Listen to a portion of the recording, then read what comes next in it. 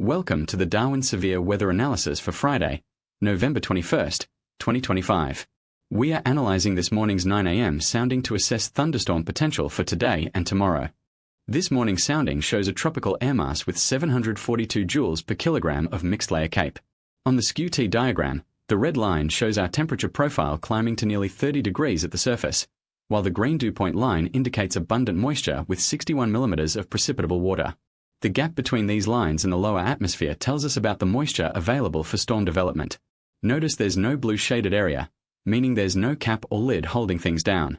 The pink shaded region between the blue dashed parcel path and the red temperature line represents our CAPE, the energy available for rising air parcels. With a lifting condensation level at 674 meters and modest wind shear of 11 meters per second through 6 kilometers, we have the ingredients for scattered storm development. As we heat into the afternoon with temperatures reaching 31 degrees, watch how the atmosphere transforms. The heated parcel analysis shows mixed layer CAPE increasing to 1053 joules per kilogram. The orange line on this enhanced diagram shows our heated parcel path, demonstrating how afternoon heating destabilizes the atmosphere. The lifting condensation level rises to 1078 meters as surface heating continues. With the supercell composite parameter climbing to 0.54 and no capping inversion to inhibit development, conditions become favorable for organized multicell storms with a possibility of weak supercells. The storm mode shifts from scattered activity to more organized structures.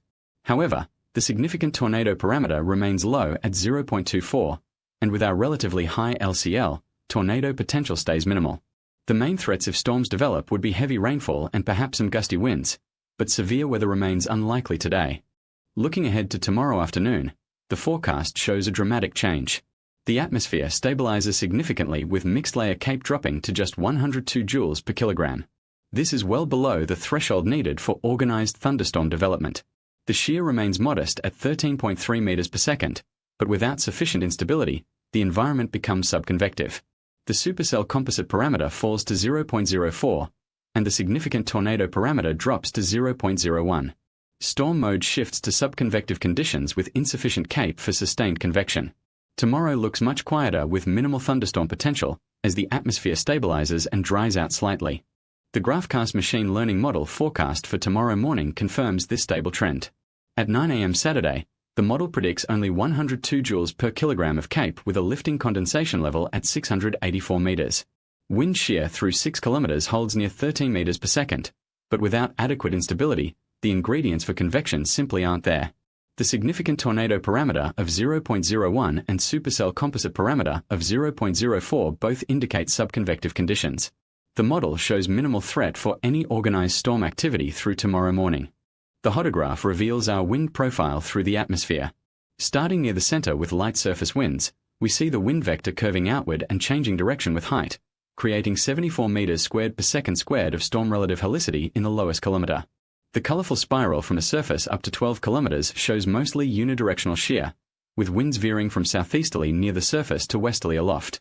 The 0 to 6 kilometer bulk shear of 11.2 meters per second is moderate, but not particularly strong for supercell development. The bunker's right mover storm motion, marked with a red star, suggests storms would move toward the northeast if they develop. This wind profile supports multicellular organization but lacks the stronger curvature and speed shear typically associated with supercells. The atmospheric refractivity profile, or n-squared profile, shows us the stability structure of the atmosphere. Higher values on the horizontal axis indicate greater potential for radio wave ducting and anomalous propagation. We see two highlighted zones. The orange band near 1,000 meters indicates conditions favorable for elevated ducting, while the yellow band near 6,500 meters shows potential for superfraction. The smooth curve of the refractivity profile suggests a relatively well-mixed boundary layer without strong inversions.